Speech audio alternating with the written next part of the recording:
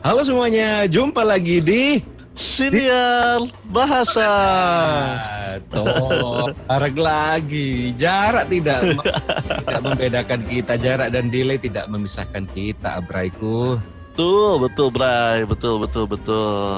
Jarak dan delay sama sekali tidak membedakan kita, Bray. Yang penting tetap semangat. Demi di tengah-tengah new normal ya, Bray? Di tengah new normal ya? Iya, mulai masuk ke new normal ini. Kemarin dengar sudah ada juga beberapa yang mulai tanya-tanya gitu, pakai alat gitu. Kangen juga, Bray, jujur ngamen itu ya teman-teman, kalau kita bahasanya penerjemah dan juru bahasa itu bekerja di hotel atau bekerja di luar mendampingi tamu itu kan. Kangen juga, Bray, ngamen bener. Hotel, ngamen di sawah. Iya, Bray. Nah, itu luar biasanya kan. Juru bahasa tuh kalau ditanya tuh ngamen jawabannya beragam kan. Kalau ditanya ngamen di mana hari ini? Oh, hari ini ngamennya di Swiss Bell gitu, kan. Atau hari ini gua ngamen di ini loh, di penjara mana gitu kan kalau Mbak Weni. Iya bisa. Ngamen di penjara mana? Tempat-tempat yang nggak kepikiran orang lah gitu, Bray. Betul. Bray. Tahu-tahu misalnya lagi di mana? Lagi ngamen. Oh, di mana? Jambi lah, ya kan. Padahal kemarinnya dari mana gitu. Bray. Aduh. Kangen banget ya, Bray. Iya, benar. Kita berlalu, kita bisa ngamen. Betul. Meskipun remote simultaneous interpreting itu sangat menyenangkan ya kan, tapi banyak juga teman-teman yang kangen berada di dalam booth gitu. Buat teman-teman yang belum tahu, booth itu kotak itu ya teman-teman. Kalau ada juru bahasa di belakang, kita di dalam satu kotak kecil. Nah, disitulah kami bekerja biasanya. Gitu ya, Bray ya? Betul, Bray. Dan tentu saja kan walaupun kita semua bisa menyampaikan jasa kita sebagai juru bahasa dan sebagai penerjemah juga kan, di tengah-tengah pandemi ini, di tengah-tengah masa PSBB waktu itu dan transisi sekarang, itu kan tentu saja masih ada beberapa hal yang kita kangenin dalam pekerjaan normal dulu ya, Bray ya. Jadi kayak misalnya bau boot ketika kita baru masuk. Suara-suara ya, kan, orang-orang cek sound gitu ya. Iya. Terus kita ngecek alat-alat. Gue masih sampai sekarang tuh gue nggak ngerti, Bray, yang cek satu low itu gue nggak ngerti, Bray, dia ngapain itu. Sampai sekarang gue nggak ngerti. Low, high. Gue gak ngerti, Bray, itu ngapain. Sampai sekarang gue gak ngerti. Itu misteri banget ya. Kenapa orang misteri buat gue, Bray. Kenapa orang sound system itu kalau ngecek mesti suaranya gitu. Hello. Terus kenapa mereka cuma berhitung sampai 3 coba, Bray? Iya. Cek 1, 2, 1, 2, 3, cek 1, 2. Ada lah, Bray, itu pasti ada alasannya pasti gitu. Ada, ya? Tapi buat kita yang nggak tahu, memang itu satu hiburan dan keunikan tersendiri ya gitu. Bener, Bray. Jadi kita bahas apa nih, Bray, sekarang, Bray? Ngomong-ngomong soal ngamen, nah kita ingin membahas tentang senjata-senjata rahasia yang tidak akan jadi rahasia dalam waktu dekat lagi. Apa saja sih alat-alat yang digunakan oleh seorang juru bahasa dan seorang penerjemah dalam menyelesaikan tugasnya gitu. Dalam hal ini Abang Sony akan berbicara mewakili para juru bahasa dan saya akan berbicara alat-alat yang saya gunakan dalam kapasitas saya sebagai penerjemah. Lanjut ke Abang Sony. Kalau bekerja sebagai interpreter atau juru bahasa, alat-alat yang dibawa apa aja sih, Bang Sony? Ini, Bray, yang alat favorit pertama gua. Banyak orang nyebutnya macam-macam ya. Ada yang bilang translation device, ya kan? TD, ada yang bilang TD-nya. Bagi TD satu gitu kan. Oh TD, gitu ya, Bray? Ada yang bilang TD gitu ya? Ada yang bilang TD, ada yang bilang SIS kan. Ya, SIS. Interpretation System. Ada yang bilang TD, sistem. Ada yang bilang receiver. Ada yang bilang receiver gitu. Karena yang dipegang oleh juru bahasanya itu transmitternya gitu. Nah, itu biasanya tuh kita bagiin tuh pas baru acara mulai ya kan. Itu juga lucu, Bray. Nah, ini nanti dulu sebelum lanjut lebih jauh, Bray. Ini kan barangkali teman-teman pendengar kita ada yang belum pernah sama sekali menghadiri acara yang menggunakan juru bahasa secara simultan. Terangin, Bray, alatnya tuh kayak gimana sih, Bray, yang dimaksud? Alatnya tuh sebenarnya, Bray, alat tuh radio penghantar audio sederhana. Pengantar pada dasarnya itu kayak radio kecil pada gitu ya, Bray dasarnya ya. itu radio Mm-mm. kecil, Segede banyak segede korek api gitu ya kira-kira ya ukurannya ya. segede segede kotak korek api lah. Mm-mm. Ada yang 2 kalinya, ada ya kan. Mm-mm, Jadi mm-mm. Ada yang lebih tergantung gede. merek lah. Heeh. Heeh. Ada juga Karena yang memanjang ya, Bray ya. benar benar benar benar. Mm-mm. Ada juga sekarang yang model baru tuh yang kayak Bluetooth gitu, berarti dicantolin aja di kuping. Iya, iya, Ada pernah juga. tahu aku juga yang dicantolin di kuping aja. Iya, macam-macam lah itu. Jadi intinya itu kan menghantarkan suaranya si juru bahasa ke Mm-mm. setiap orang yang mendengarkan, yang memakai alat itu gitu kan. Oh iya, Heeh. jadi ketika juru bahasa berbicara, semua orang yang memegang alat itu, yang memakai alat itu Hmm, akan langsung mendengarkan suara si juru bahasa. betul. Macam-macam cara menyampaikannya, bisa lewat gelombang radio kan alatnya, atau Ya, yang lazim melalui pakai gelombang radio ya. betul, dan melalui inframerah juga bisa kan. Ada juga yang menggunakan inframerah. Iya Wah, luar betul. biasa. Jadi memang berbagai macam lah, tergantung merek itu dan tergantung pemilihan alatnya gitu. Ada yang bilang kalau inframerah itu lebih jernih suaranya, Mm-mm. dan gue kan bukan orang begitu paham teknisnya gitu kan. Mm-mm, Tapi kalau mm-mm. gelombang radio itu kan katanya gelombangnya itu kalau di ruangan yang tegak lurus itu jangkauannya lebih jauh karena radio Betul. gitu. Mm-mm. Kayak gitu-gitu. Ada satu lagi Bray ini yang katanya ya, karena aku juga Hmm. belum riset tapi kayaknya masuk akal sih. Kalau gelombang radio itu dia ada potensi untuk dihack atau dijam gitu Bray. Oh Artinya gitu. ada orang yang dapat mengganggu sinyal radio kita. Misalkan ini adalah sebuah rapat yang rahasia misalkan. Nah, bisa jadi Hmm. orang yang di luar itu, di luar ruangan itu yang tidak menghendaki bisa mengganggu kita. Yang relatif yang menggunakan inframerah itu lebih aman gitu Bray, ada yang bilang seperti itu. Oh iya iya iya. Make sense sih, Bray. Make sense sih. Karena kalau inframerah Bagaimana? kan agak mungkin lebih susah ya untuk ngejam signalnya gitu. Oke oke oke oke. Benar juga, Bray. Mungkin mungkin Mm-mm, mungkin. mm-mm, Jadi memang banyak merek itu banyak variannya lah istilahnya ya kan. mm-mm, mm-mm. Nah emang itu pokoknya alat utamanya lah kalau misalnya kalian bawa tuh kalau kalian lihat biasanya kalau interpreter juru bahasa tuh bilangnya, "Oke guys, hari ini acaranya apa? Acaranya ini." Oh, siapinnya berapa? Siapinnya 2 plus 50 misalnya. Nah, 2 plus apa tuh Bray 50. artinya 2 plus 50 tuh Bray? 2 tuh berarti 2 transmitter, Mm-mm, 50 receiver gitu. mm, Biasanya mm-mm, biasanya kan mm-mm, paket kan karena satu hari acara itu kan pasti tandeman kan kita kan. Ya mm-mm. kan. Jadi biasanya transmitternya 2 tuh, atau misalnya Berpartner maksudnya. Mm-mm. bermitra ya, tandeman. Bermitra. Mm-mm. Bermitra. Bermitra. Oh, jadi transmitternya dua gitu ya Bray ya? Transmitter 2, Mm-mm, cuman mm-mm, 50 mm-mm. tuh receivernya. Berarti audiensnya atau penontonnya ada 50 orang yang menggunakan Biasa alat itu. iya yang disiapkan oleh panitia, atau misalnya Wow. Heeh. atau misalnya nanti 2 booth plus 1.000 alat misalnya itu Wah, bisa tuh. 1.000? Misalnya ya kan, Serius? tergantung. Ada cara yang seperti itu, Bray? Banyak Bray cara kayak gitu. Wow. Iya karena memang Kalau kan di sini jarang, kalau di Jawa Timur sih aku belum pernah ngalamin yang ada seperti Bray. itu, Bray. Ada ya? Wow. Biasanya di Bali tuh sering loh, di Bali sering atau di Jakarta sering. Ya Hmm. kan karena itu untuk acara-acara regional biasanya kan. Ada lah Bray, Hmm. pasti ada lah. Memang tidak sesering acara yang lebih kecil gitu kan, pasti ada. Hmm, hmm, Seru hmm, tuh hmm. kawan-kawan, biasanya tuh kita akan berjejaringnya lebih seru tuh situ. Iya kan? Nah, kalau yang acara 1.000 gitu, aku bayangkan, Bray, berarti untuk pasangan bahasanya juga bukan hanya bahasa Indonesia dan bahasa Inggris ya, Bray? Biasanya bukan, biasanya tuh nanti jadi kita beberapa bahasa. Wah, Nah, menarik tuh. Heeh. ya nanti kita relay kan. Jadi misalnya ada 3 bahasa nih. Ini Mm-mm. 3 bahasa yang paling simpel deh. Indonesia, Inggris, sama Spanyol misalnya. Mm-mm, mm-mm. Ketika orang Spanyol berbicara, berarti kan semua orang mendengar, yang perlu terjemahan mendengarkan orang Inggris dan orang Indonesia gitu kan. Mm-mm, mm-mm. Permasalahannya penerjemah yang di booth Indonesia mungkin nggak bisa bahasa Spanyol gitu kan. Oh Jadi iya, benar-benar benar. iya, Kan karena yang di jadi Indonesia berarti pasangan bahasa mereka adalah pasangan bahasa Indonesia dengan bahasa Inggris gitu ya, Bray ya. betul, biasanya begitu kan. Nah, Jadi yang tiba-tiba di depan yang yang ngomong berbicara bahasa Spanyol. orang Spanyol. Waduh, yang orang cuma ngertinya bahasa Indonesia, juru bahasa yang cuma ngerti bahasa Indonesia dan bahasa Inggris bisa kelabakan tuh, Bray. Benar-benar. Terus solusinya gimana, Bray? Nah, itu biasanya kan kita relay. Jadi kita dengarnya dari booth penerjemah bahasa Spanyol Inggris gitu. Jadi kita Oh, pidatonya diterjemahkan oleh penerjemah bahasa Spanyol Inggris, kita dengerin bahasa Inggrisnya, dari hasil terjemahannya dia kita terjemahkan ke bahasa Indonesia gitu. Oh, begitu. Jadi aku bayangkan nih Bray ya, aku ulang, yang di depan ngomong bahasa Spanyol tuh.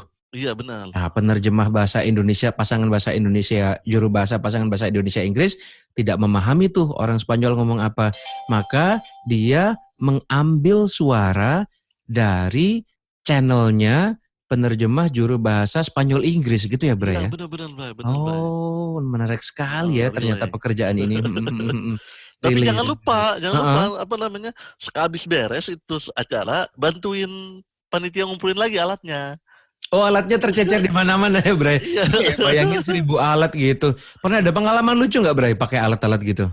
Banyak lah Bray, pasti sering kan, kayak misalnya apa namanya, kalau misalnya lo lagi acara nih kan, pas beres misalnya, ada tuh peserta yang ngantongin Bray, ada peserta ngantongin. Kenapa? Karena Kenapa? kecil itu kali ya. Iya kecil. Terus Pak, ada yang datang ke tempat booth saya gitu, ke tempat booth gua Bray. Pak, ini boleh nggak saya bawa pulang gitu?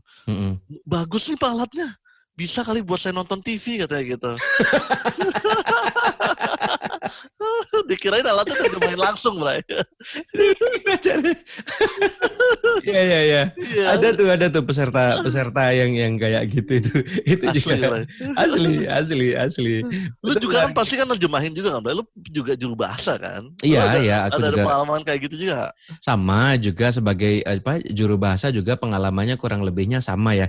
Jadi banyak orang yang tidak tahu gitu, banyak orang yang tidak tahu kalau penjuru bahasaan itu dilakukan oleh orang yang ada di belakang gitu, bukan ada yang bukan orang yang atau alat itu, si alat kecil kotak kecil itu dia tidak ngomong dengan sendirinya. Jadi itu kadang sama kayak Bang Sony gitu cerita, dikira ketika dia lihat ke belakang, lihat aku lagi ngomong gitu, terus dia dengerin alatnya. Biasanya waktu break makan siang tuh Bray, dia deketin.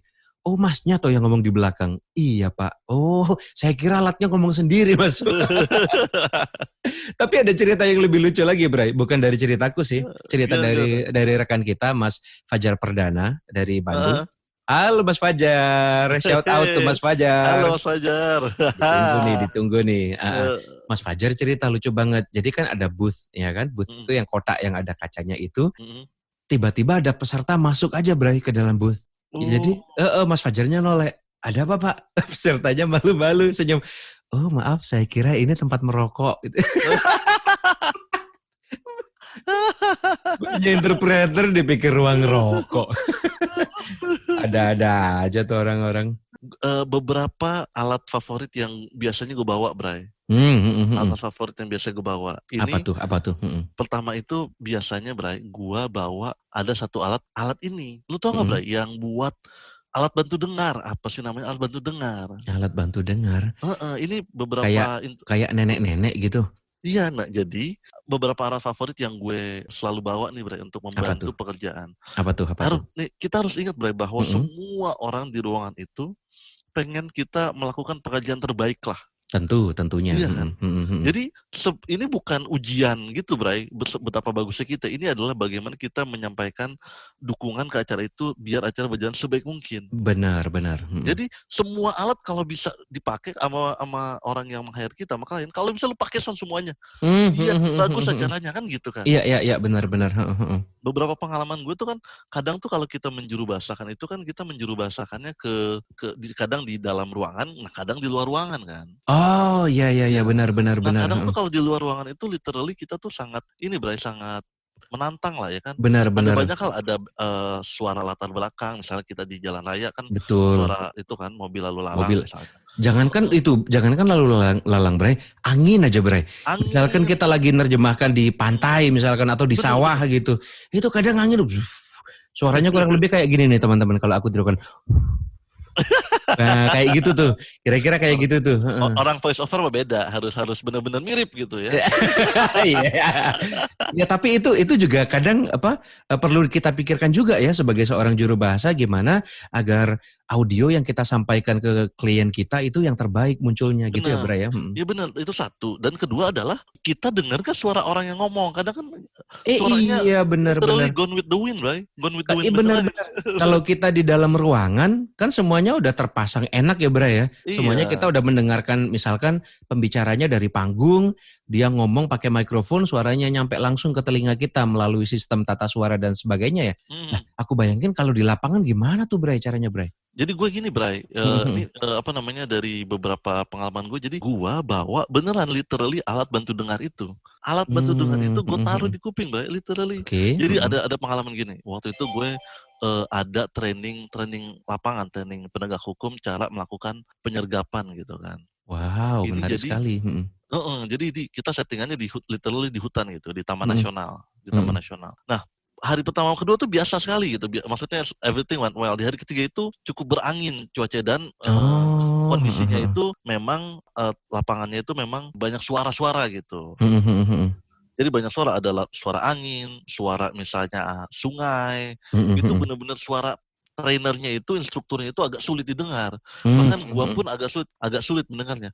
Nah, ini senjata rahasia gua keluarin, Bray. Apa Gua tuh? taruh di sini alat bantu dengar yang Mhm mhm literally alat mhm. bantu dengar untuk kaum disabilitas, gua pakai, Bray. Serius? Serius gue Oh, pakai, literally gue pakai alat heeh. bantu dengar itu, terus udah seperti biasa itu literally jauh lebih lebih baik, Bray, cara gue menangkapnya. Wow. Bahkan orang yang bisa bahasa Inggris pun pakai Mhm. alatnya sekarang, Bray, saking dia juga nggak denger. Mmm. Mhm mhm Itu mhm mhm. jadi itu alat senjata rahasia pertama gue itu. Wah, itu hack-nya ya. Itu Tuh, hack-nya. teman-teman juru bahasa tuh, yang juru bahasa Mhm. lapangan. Kalau di lapangan kondisinya tidak memungkinkan, pakai hack seperti itu. Nah, ngomong-ngomong hack, aku juga punya hack yang seperti itu, Bray. Nah, Gimana jadi gimana, hack Bray? yang aku lakukan kurang lebih sama, Bray, seperti dirimu. Misalkan di lapangan ya, berarti kan aku Heeh, pakai transmitter satu ya, Bray. Nah, misalkan heeh heeh. ini yang aku pernah alami, Bray. Waktu itu klien mau wawancara dengan petani. Nah, wawancaranya kan di pinggir jalan raya, Bray. Oh iya benar. Iya benar Itu benar, iya. wawancaranya kebetulan di pinggir jalan jalan antara provinsi lagi, Bray, yang lewat Biar dapet truk-truk ya. heeh, truk-truk segede gaban gitu. Heeh, selain biar dapat karena memang mendekati, posisinya si petani itu. Karena kan kalau jalan-jalan di Jawa tuh, Hmm. kan seperti itu tuh, jalan raya lintas provinsi kanan kirinya sawah. Emang itu tempat tempat petaninya lagi Mhm. di situ. Nah, itu kan aku nggak mungkin duduk di sebelah klien, Bray, karena suaranya pasti akan, nyampur segala macam kan. Jadi aku pakai teknikku Mhm. seperti ini, Bray. Aku punya satu lagi transmitter, ya kan. Nah, Oh iya transmitter iya iya, itu bener aku bener. pasang ke mikrofon. Biasanya mikrofon clip on yang kecil itu yang biasa dipakai penyiar itu, tapi yang aku tahu dia cakupannya atau sensitivitasnya cukup baik sehingga kalau mikrofon itu aku taruh di meja, suara dari klien sama suara dari yang diwawancarai cukup masuk ke telingaku, Bray. Nah, begitu alat Nah, transmitterku aku pinter, taruh di Bray, bener atas bener bener. meja, aku mundur agak jauh, Bray. Tujuannya biar mereka interviewnya tetap nyaman, gitu, Bray. Nah, aku pakai alat satu, aku dengar. Nah, di situ suaranya Oh, bisa kristal clear, Bray. Itu hack bener, dari Bray. saya, teman-teman, bisa digunakan. Kebayang nggak, Bray, cara kerjanya? Kebayang kebayang. Jadi sebenarnya kita naruh aja satu transmitter tambahan, terus Betul. kita dengerin transmitter itu. Bener, Bray. Betul. Nah, jadi sama kayak Udah dua 2 arah. tips itu. Ya baru ini, Bray, baru mengenai cara kita mendapatkan audionya, itu tip sama triksnya tips sama Tips and tricks. triknya udah Eh, mantep kali itu, Bray. Mantep kali. Nah, ini buat teman-teman apa jurubah, ya memang agak modal dikit ya teman-teman. Kalau emang kita udah mengikrarkan diri sebagai seorang jurubah, mungkin itu tambahan dari kita ya, Bray. Kita Bener. tidak boleh terlalu bergantung dengan apa yang disediakan oleh klien. Karena kadang klien juga nggak tahu gitu kan kita butuhnya Betul, apa betul. gitu. Dan kita biasanya dari pengalaman tuh udah tahu nih get a sense misalnya, oh topiknya ini Son, topiknya tentang penyergapan misalnya. Oh, nih most likely terus dikasih lihat, oh tempatnya di sini Son. Oh, ini luar ruangan nih. Mhm, mhm. Berarti ini nih. Bahkan gue tuh literally ngecek perakiran cuaca, Bray, kalau tempat-tempat kayak gitu. Serius, Bray? Iya, kalau outdoor tuh pasti gue cek perakiran cuaca. Ini Hmm, mhm, panas mhm. apa nggak panas gitu, apa hujan bahkan gitu kan. Mhm, Gue mhm, gue mhm. siap-siap aja. Mhm, mhm, mhm. Karena kan alat kita kan tidak tahan nggak anti air kan alat kita. Bener juga, bener juga. Klien juga nggak nanggung kan, misalkan sewaktu-waktu Iya, hujan terus alat kita kehujanan korslet betul. misalkan, Betul betul bener betul. juga ya tips penting tuh. Perakiraan cuaca harus kita pertimbangkan dan tentunya selalu siapkan wadah tahan air. Bener bener, Nah, Bray. wah menarik banget itu semuanya. Nah, ngomong-ngomong booth ini, Bray. Nah, buat teman-teman yang belum tahu booth itu, coba deh cari di internet ya. Interpreting booth, seperti itu teman-teman. Nah, itu nanti teman-teman akan melihat ada sebuah kotak kecil yang di mana juru bahasa ada di dalamnya. Yang lebih menariknya lagi teman-teman, kalau ini adalah tempat yang lebih internasional, tempat yang memang sudah pasti kebutuhan juru bahasanya selalu ada, contohnya di gedung PBB misalkan, itu interpreter sudah ada tempat permanennya ya, Bray. Biasanya dia di lantai yang agak atas gitu. Iya benar, biasanya tuh sudah disiapkan, Bray. Jadi Mm-mm. memang beberapa tempat itu udah menyiapkan khusus ruangan untuk interpreter. Karena tempat Mm-mm. itu biasanya digunakan untuk rapat-rapat bilateral, rapat-rapat Mm-mm. regional gitu. Mm-mm. Nah, kalau kita yang biasa kita kerjakan teman-teman, booth-nya memang yang portable atau yang bisa dibongkar dan dipasang lagi. Nah, di mana juru bahasa bekerja di dalam booth itu. Benar. Ngomong-ngomong soal booth nih, Bray, booth itu isinya apa aja sih, Bray? Jadi gini, apa namanya, pokoknya kita tuh harus membayangkan lingkungan di mana juru bahasa itu bisa bekerja dengan ideal kan. Mm-mm. Nah, misalnya gini, kalau kita mau menyampaikan pesan kita ke telinga para pengguna jasa kita, pasti kan kita harus memastikan suara kita nggak tabrakan kan, nggak Betul. tabrakan dengan Mm-mm. pembicara kan. Nah, itulah Mm-mm. fungsi utamanya booth itu untuk membuat suara kita tuh kedap suara dan kadang tuh kita kan harus apa namanya menyamakan emosi dengan pembicara. Kalau pembicaranya Iya berapi-api, benar-benar. kita harus menyampaikan semangatnya dia juga. Kalau dia sedih misalnya, kita Mm-mm. harus menyampaikan emosi itu juga. Nah, itu kadang Mm-mm. kita tidak bisa pelan-pelan gitu ngomongnya kan. Kadang Mm-mm. suaranya harus volumenya harus tinggi gitu. Nah, Mm-mm. itu fungsi booth-nya. Jadi kita akan masuk ke dalam booth, booth-nya itu kedap suara gitu ya. Oh, Bisa jadi meredam booth suara, itu kedap suara ya. Mm-mm. meredam suara di mana nanti kita bisa bicara dengan bebas gitu. Kita biasa tandeman di dalamnya. Kita bilangnya tandeman nih. Dan Mm-mm. kita itu berpasang-pasangan biasanya. Mm-mm. Nah, di dalam booth itu nanti ada alat untuk konsol kita sebutnya kan. Namanya konsol ya, Bro ya. Iya, kita Mm-mm. sebutnya konsol. Konsol. Jadi Heeh. konsolnya itu kayak apa ya, Bray? Kayak Kayak apa sih, gimana Bray, jelasinnya? wujudnya konsol itu ya, Bray? Kalau yang seingatku, wujudnya konsol itu biasanya merek-merek yang aku tahu itu dia modelnya seperti elips gitu, Bray. Dia Oke, ya, ya. segede keyboard gitu kurang lebih, agak sedikit lebih kecil dari keyboard keyboard bukan keyboard piano ya teman-teman, tapi keyboard untuk mengetik itu. Nah, ukurannya kurang lebih sedikit lebih kecil dari keyboard mengetik. Ah, aku bayangkan di depanku ada keyboard nih. Aku bayangkan konsol tuh gedenya dari huruf yang paling kiri sampai ke enter. Jadi nggak sampai ke yang angka 1, 2, 3 di Ya, sebelah ya. kanan itu. Nah, kira-kira ukurannya segitu. Terus dia banyak tombol-tombol di depannya itu ya, Bray ya. Ya, jadi Ada most banyak likely itu tombol-tombol. tombolnya itu ada banyak fungsinya kayak misalnya Mm-mm. tombol untuk apa namanya kita mulai berbicara ya kan tombol mic ketika kalau kita mau ngomong kalau kita mau nerjemahin kalau kita mau menjuru bahasakan itu ada tombol khususnya kalau kita batuk misalnya Bray kalau kita Mm-mm. misalnya apa namanya mau berdehem gitu itu ada Mm-mm. tombol khususnya untuk mute Mm-mm. sementara gitu kan atau Mm-mm. nanti teman kita mitra juru bahasa kita itu bisa ngambil alih mic-nya misalnya gantian ya gitu kan. Memang harus bergantian kan. Mm-mm. Kayak terus juga tentu saja kayak misalnya ada koneksi-koneksi audio masuknya. Jadi Mm-mm. itu biasanya dibantu settingin tuh sama tim-tim Ada tim teknisi ya. ada tim teknisinya. Mm-mm. Memang kadang kan kita para penerjemah tidak begitu paham masalah teknis kan ada beberapa orang yang tidak begitu paham masalah Mm-mm. teknis. Jadi kalau Mm-mm. troubleshoot kalau misalnya ada klien misalnya nggak dengar suaranya gitu kan. Mm-mm. Mereka kan yang pertama kali mereka lihat kan Juru juru bahasanya, bahasa. Iya, bukan teknisinya. bukan teknisinya di samping kita biasanya atau dekat Mm-mm. kita. Tapi yang dilihat tuh, kenapa nih, kenapa nih? Nah, kadang tuh Mm-mm. mereka lihat kita jadi panik sendiri. Padahal kita lagi nerjemahin gitu. Iya, iya, iya, itu juga apa serba-serbi yang terjadi ya kalau kita lagi apa menjuru bahasakan ya. Betul. Jadi Mm-mm. biasanya itu kalau memang sudah terbiasa pakai alat itu, biasanya kita tahu lah 1-2 hal tentang troubleshooting alat. Biasanya kita tahu tuh. Kadang tuh hal-hal yang sangat sederhana, Bray. Salahnya Mm-mm. misalnya Misalnya. volumenya belum digedein gitu kan atau Mm-mm. channelnya salah dia ya kan. Atau yang paling sering ini, Bray, yang paling sering. Kalau kita menggunakan model mic-nya yang headset, mikrofonnya lali belum dikebawahin gitu. masih di atas itu. Jadi ini kenapa penerjemah tiba-tiba suaranya pelan? Oh, ternyata mikrofonnya belum dikebawahin gitu. Iya, benar. Itu kadang-kadang sering kejadian ya, Bray ya. Asli, Bray. Itu serba-serbinya juru Juru bahasa bahasa simultan lah, ya kan? simultan dan mungkin konferensi ya gitu ya. Konferensi, ya, betul. Konferensi biasanya gitu. Karena juru bahasa kan ada 2, Bray. Macam-macam. Kita kadang menerjemahkan tuh kadang kita simultan, ya kan? Jadi ketika pembicara itu ngomong, kita juga ngomong. Ada juga konsekutif.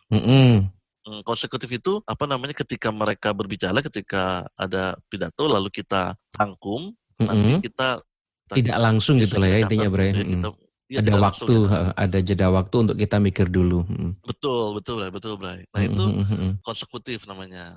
Ada beberapa teknik, Bray, teknik note taking. Kita sebutnya teknik note taking. Jadi kita nggak mungkin mencatat semua pembicaraan orang itu, nggak mungkin. Kan tulisan gitu ya, pasti kalah cepat kita. Ada 2 hal yang kita lakukan. Kita harus memperhatikan dia ngomong dan mencatat kan. Ya kan? Permasalahannya adalah bagaimana kita bisa menuangkan semua pembicaraan itu, pembicaraan tadi, lalu kita terjemahkan. Ada banyak hal yang kita lakukan sebenarnya kan. Kita menangkap pesan, kita menulis pesannya, lalu kita terjemahkan gitu kan, untuk lalu kita bicarakan, lalu kita suarakan. Disuarakan. Nah, biasanya para juru bahasa itu mengembangkan simbol mereka sendiri, Bray. Simbol mereka sendiri untuk menangkap pesan gitu misalnya.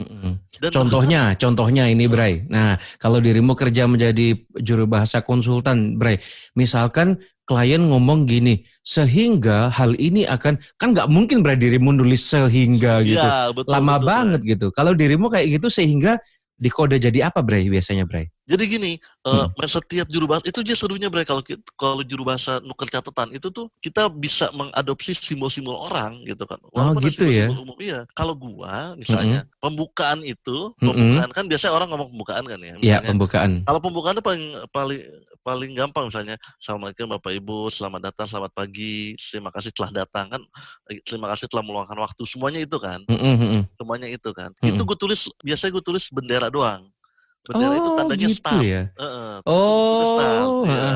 Bendera start. Lalu nanti gue nulisnya menyamping, Bray. Jadi pesannya tuh menyamping, karena nulis menyamping tuh lebih cepet. Nulis gambar menyamping tuh lebih cepet. Menyamping ke bawah, apa sih namanya? Diagonal. Diagonal.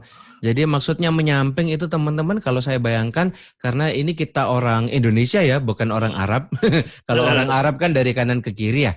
Kalau kita Indonesia berarti aku bayangkan kita startnya dari kiri atas gitu ya, dan berakhir di kanan bawah gitu ya, Bray ya. Betul. Jadi kalimatnya melintang nanti ya gitu ya, Bray. Betul. Nanti ada macam-macam. Misalnya kalau data, kalau angka itu gua tulis apa adanya. Ya kan, kayak misalnya, ya hari ini kita mengalami kenaikan jumlah pasien positif 1.735 misalnya, itu gue tulis 1735 gitu kan. Tapi pasien itu gue simbol orang misalnya gitu. Nggak perlu nulis pasien juga kan? Nggak perlu nulis hari ini, tidak perlu. Kalau keterangan waktu misalnya, besok misalkan. Misalnya besok, 1 hari yang akan datang, 2 hari yang akan datang. Gue garis, terus titik sebelah kanan, itu berarti 1 ke masa depan gitu. Satunya itu bisa 1 hari, bisa 1 bulan, bisa 1 tahun misalnya.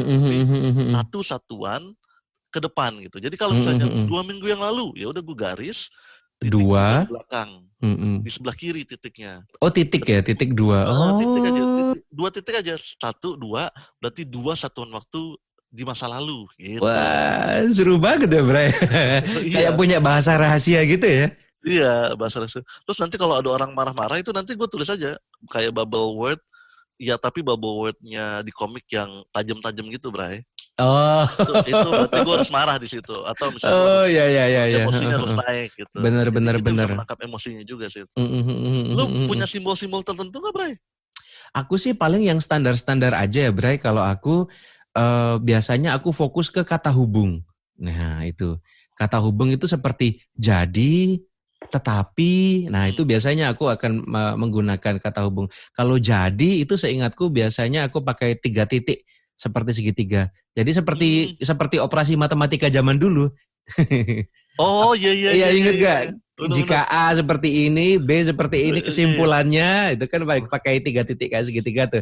Nah, itu kayak gitu-gitu. Terus kalau simbol matematika tuh kepake banget ya, Bray ya? Iya, kalau masih keingat simbol matematika atau tidak misalkan. Nah, tidak misalkan ini tidak mengandung misalkan. Nah, maka aku pakai lingkaran terus aku coret diagonal. Nah, itu kan negasi pokoknya negasi, gitu. Ya, benar. Negasi. Nah, tapi benar tiap juru bahasa pasti punya kode mereka masing-masing. Iya. Biasa kalau ada kerangkuman tuh gue tulis aja tuh simbol sumnya matematika tuh, sum. Oh, berarti iya, udah masuk rangkuman iya. tuh. Kalau bahkan kalau yang lucu-lucu kalau gue nggak dapet simbolnya gue gambar aja. Serius, Bray? Iya, misalnya tiba-tiba lagi membahas masalah tsunami, Bray. Mereka membahas tentang kapal selam untuk meneliti di bawah laut. Gue bingung kapal selam, ya udah gue gambar aja kapal selam ya kan. Kayak gitu. Iya. Tapi setelah itu gue misalnya sudah menggambar satu simbol nih, gue pakai kode. Kalau kata itu sebut lagi untuk menerangkan sesuatu, misalnya gue tulisnya titik terus simbol panah ke atas, maksudnya ini refer to simbol yang gue gambar gitu. Oh, iya. Gitu. Mungkin sedikit tambahan untuk teman-teman yang maksudnya ribet banget sih gini jadi juru bahasa. Kalau ketimbang kapal selam kenapa nggak ditulis aja sih kapal selam? Gini ya teman-teman netizen yang budiman. Jadi kami ketika menjuru bahasakan itu otak kami bekerja bahasa Inggrisnya like crazy. Gila-gilaan ya Bray ya. Karena kita harus mendengarkan satu bahasa tertentu, tapi di saat yang bersamaan kita harus memproses bahasa itu dan mempersiapkannya untuk bahasa yang lain. Plus kalau konsekutif kita masih harus menulis lagi ya kan. Itu bayangkan otak kita kerjanya begitu luar biasa sehingga sistem yang kita lakukan ini menciptakan gambar, membuat singkatan dan lain sebagainya itu sebenarnya adalah sebuah hal yang memang sudah selazimnya dilakukan untuk mengoptimalkan proses kerja otak kita begitu. Betul. Dan yang kita tulis itu bukan kata per kata, tapi pesannya itu yang penting, Bray. Maknanya ya. Maknanya. Jadi tidak perlu main kata di situ. Hashtag jualan. Tapi Bray, ini ada satu lagi nih Bray, senjata rahasia yang mau gue keluarin ini. Apa tuh Bray? Coba dibagi Bray. Jadi teknologi Bray, teknologi. Jadi gue menemukan itu ada aplikasi speech to text. Wow. Ya pasti kawan-kawan juga udah tahu kan. Jadi gue pakai jadi kadang gue memakai aplikasi itu. Gue coba memakai aplikasi itu. Ada beberapa aplikasi yang bisa mengenali bahasa Inggris dengan baik gitu kan. Jadi ketika ada pembicara ngomong berbahasa Indonesia, ini gue lebih nyaman menerjemahkan simultan. Pilihan gue lebih nyaman. Ada orang yang lebih nyaman menerjemahkan konsekutif gitu kan. Ada orang kan beda-beda gitu kan. Nah, kalau gue lebih nyaman menggunakan penerjemahan simultan gue. Nah, jadi ketika misalnya ada orang ngomong bahasa Indonesia nih, gue pakai alat itu, Bray. Gue colokin itu mic di handphone gue. Lalu gue ngomong di handphone gue ketika speech to text-nya on, langsung gue terjemahin dalam bahasa Inggris. Omongan dia. Gue terjemahin, tapi gue harus pasang mic biar suara gue bisa lebih kecil gitu kan. Terjemahin langsung tuh, gue agak ke belakang, gue terjemahin omongan dia. Nanti pas dia selesai ngomong, gue baca. Oh, cerdas sekali itu, Bray. Iya. Jadi itu. Kebayang. Tapi Bray, kalau lu punya kemampuan note taking, tetap harus pertahankan, ya kan? Iya. Ini juga gitu. Sebenarnya ini sama sih, Bray, menurut aku ya. Ini juga teknik note taking, tapi dengan instrumen yang berbeda gitu. Betul, Bray. Literally gue jadi tinggal ngebaca. Gue pernah mencoba ketika dia ngomong bahasa Indonesia, gue ngomong bahasa Indonesia juga di speech to text-nya gitu. Yang terjadi adalah setelah dia selesai, gue masih harus side translation, membaca sambil side translation tuh kawan-kawan berarti ada sebuah tulisan, kita membaca tulisannya itu udah langsung bahasa target gitu. Iya. Jadi menerjemahkan, menjuru bahasakan apa yang kita baca gitu ya, Bray ya. Betul, langsung, Bray.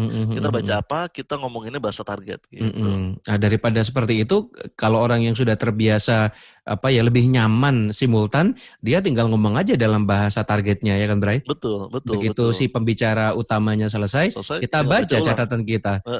Gokil banget. Senjata rahasia kedua, Bray. Senjata rahasia. Nggak ada di podcast lain, cuman ada di Siniar Bahasa. Dan dengan berakhirnya senjata kedua Abang Sony tadi, berakhir pula episode kita hari ini yang membahas tentang serba-serbi alat-alat yang biasa digunakan oleh juru bahasa. Episode mendatang gantian nih Bang Sony. Gantian. Jadi pada episode mendatang saya akan berbagi tentang alat-alat yang biasa saya gunakan sebagai seorang penerjemah. Jadi stay in tune ya kan, stay tune ya kan, jangan kemana-mana. Terima kasih sudah mendengarkan Siniar Bahasa episode kali ini. Saya Sony, saya Dewa. Terima kasih Mas Dewa. Terima kasih Mas Sony.